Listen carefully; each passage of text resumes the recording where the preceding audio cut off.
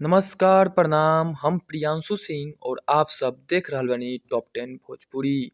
और आज आप सबके बीच में लेकर आ गइल बानी 2 जनवरी के शाम के 7 बड़ी खबर जौन जुड़ल बाटे हमनी के भोजपुरी इंडस्ट्री के तरफ से। वहीं बढ़ल जाओ खबर की ओर। तो सबसे पहिलका खबर निकल के आ रहल बाटे खेसारी लाल यादव जी के तरफ से। आप सबके बता दी कि खेसारी लाल यादव जी के आज एक सॉन्ग के फर्स्ट लुक जारी कइल गइल रहे जौन कि दोपहर में इ गाना के फर्स्ट लुक जारी कइल गइल ह जौन गाना के बोल बा लहंगा लखनऊआ 2। जी आप सबके बता दी कि बहुत सारा फैन इ गाना के बेसब्री से इंतजार कर रहल बाड़े इ सॉन्ग के। त एकर रिलीज डेट आप सबके बीच में सामने आ चुकल बाटे। जी आप सबके बता दी कि अभी तक नइखे बतावल गइल कि आखिरकार इ रिलीज कब होई, लेकिन आप सबके हम बता दी टॉप 10 भोजपुरी के माध्यम से कि इ गाना आप सबके बीच में कल सुबह 6:15 में 6:45 में आप सबके इ सुने के मिल जाई। जौन सॉन्ग के बोल बा लहंगा लखनऊआ 2 जो कि आप सबके आदि शक्ति फ़िल्म से इ रिलीज होखे वाला बा। उम्मीद बाटे कि आप सब इ सॉन्ग के एक ना एक नया रिकॉर्ड कायम ज़रूर करम, काहे कि बहुत ही खूबसूरत सॉन्ग बाटे और इ एक नया रिकॉर्ड पक्का कायम करी, काहे कि बहुत ही खूबसूरत गाना बन के निकलल बाटे खेसारी लाल यादव जी के। वहीं बात कइल जाओ दूसरा खबर के, तो दूसरा खबर निकल के आ रहल बाटे पावर स्टार पवन सिंह जी के तरफ से। जी हाँ, आप सबके बता दी कि पवन सिंह जी के इंस्टाग्राम पे 1 मिलियन फॉलोअर कंप्लीट हो चुकल बाड़े।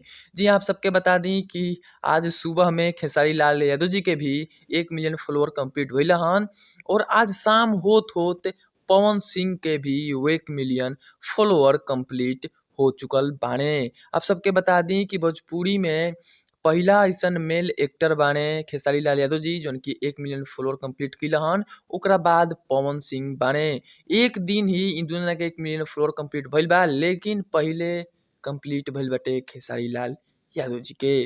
तो आप सब जाके बधाई पवन सिंह जी के चाहे खेसारी लाल यादव जी के दुनो जना के आप सब जाके कमेंट बॉक्स में बधाई दे सकत तानी जा।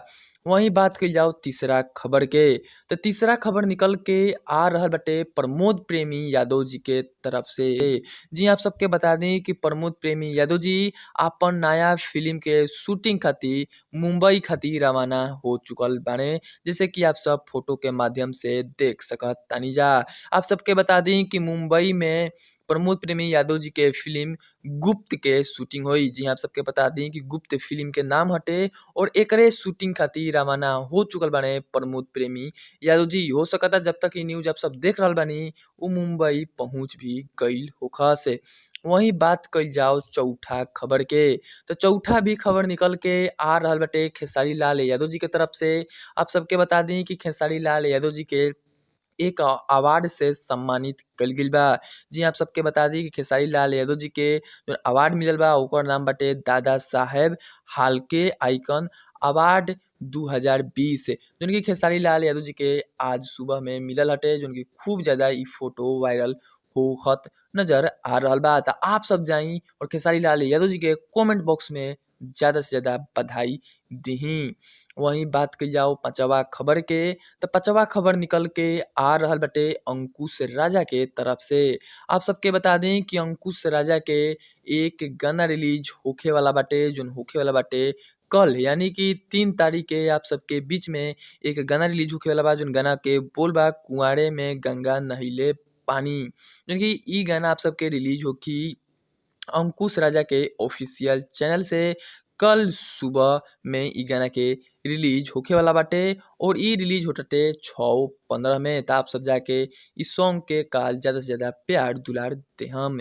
वहीं बढ़ल जाओ छौआ खबर की ओर, तो छौआ खबर निकल के आ रहल बाटे मिट्ठू मार्शल के तरफ से। जी हाँ, आप सबके बता दी कि मिट्ठू मार्शल के एक सॉन्ग रिलीज भइल बाटे, अभी से भइल बाटे 4 घंटा पहिले, जौन गाना के बोल बा नाचे खातिर आवतानी काजल, जौन कि आदि शक्ति फ़िल्म पे एकरा के रिलीज कइल गइल बा। जी हाँ, आप सबके बता दी कि आदि शक्ति फ़िल्म पे रिलीज कइल गइल बा। जब हम न्यूज़ बनावतानी तब रिलीज भइल बाटे और 2 घंटा में मात्र 26,000 ही लोग देखले बाड़े। त आप सब जाई और इ गाना के ज़्यादा से ज़्यादा प्यार दी कि और भी व्यू इंक्रीज़ होखे।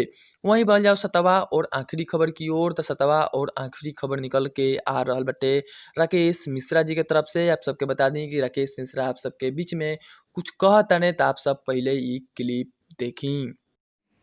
नमस्कार, प्रणाम। हम बानी आप सबके राकेश मिश्रा और भोजपुरी गायक सह कलाकार। और आप सबके प्यार दुलार खातिर आप लोग के बहुत बहुत दिल से अभिनंदन, आभार प्रकट करतनी। हमरा और अपना वर्ल्ड वाइड कंपनी के जो प्यार दुलार रुआ सभी देनी है। आज वो गाना रिलीज भइला हमार बाजे द, और जना तरह से वो गाना के अपन आशीर्वाद प्यार दुलार रुआ सभी देले बनी और दे रहल बनी। लागत है कि भोजपुरी में एक नया शुरुआत और नया इतिहास बनी। तो इतना शानदार शुरुआत खातिर आप सबके अभिनंदन। आई लव यू दिल से, सबको थैंक यू। जय भोजपुरी। तो वहीं पे कमेंट में आप सब जरूर बताइए कि आज के शाम के 7 खबर में से सबसे अच्छा खबर केकर लागल, और वीडियो के ज़्यादा से ज़्यादा दबा के लाइक करी, शेयर करी और चैनल के सब्सक्राइब भी कर ली। जय हिंद, वंदे मातरम। फिर से मिलता नहीं कल शाम के बड़ी खबर के साथ। जय हिंद।